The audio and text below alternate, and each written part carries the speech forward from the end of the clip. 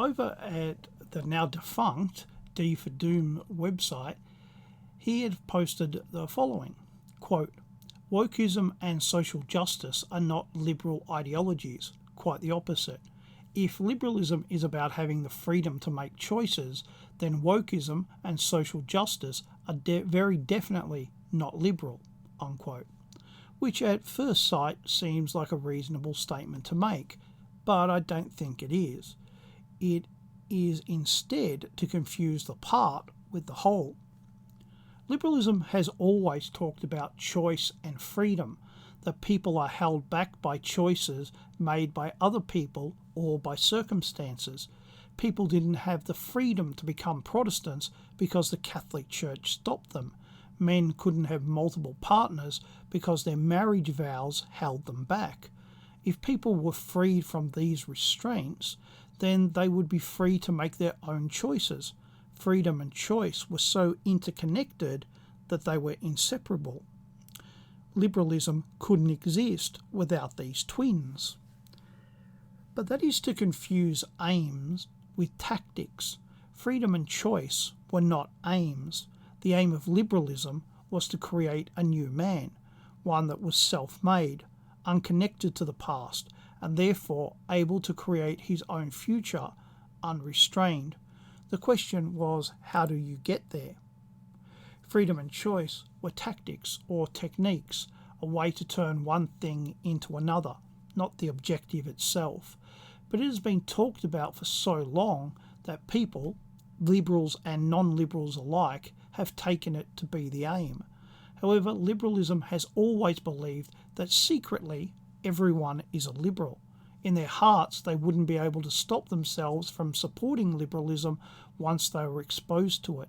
They also believed that reality itself could be twisted into whatever shape they wanted, that both people and events were destined to be controlled by them.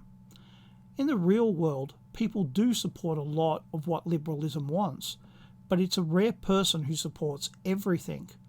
That leaves liberalism with a big problem. How does it keep things advancing in the right direction? It has come so far that many think that they can see the end point, that the perfect liberal society is just over the horizon, and that all they need is a supreme effort, and then everything will be right with the world. But they keep encountering resistance, people who just are not on board.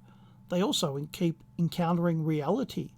But like people, they believe that they can overcome any resistance from reality. They looked for an answer to how to overcome this resistance, and they have found the answer: a new tactic, a new technique: wokeism. Liberalism has given people freedom and choice. Why haven't they gotten on board? Why are they still resisting? How can any reasonable person resist the perfect society? Evil people, bigoted people, religious and or political fanatics, the retrobates. To clear up this resistance, you can't be nice or gentle. Freedom and choice has done its work.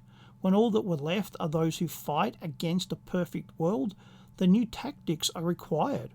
Wokeism is not about freedom or choice. It is about following the program. It's about creating the new man, the autonomous individual, the perfect liberal. That is why they celebrate transgenderism. A new person, one that was self-made, unconnected to the past, and therefore able to create his own future unrestrained. It's not anti-liberal. It's not a new liberalism. It's the same old liberalism doing what it has always done, destroying the past and the future to create its vision of the present.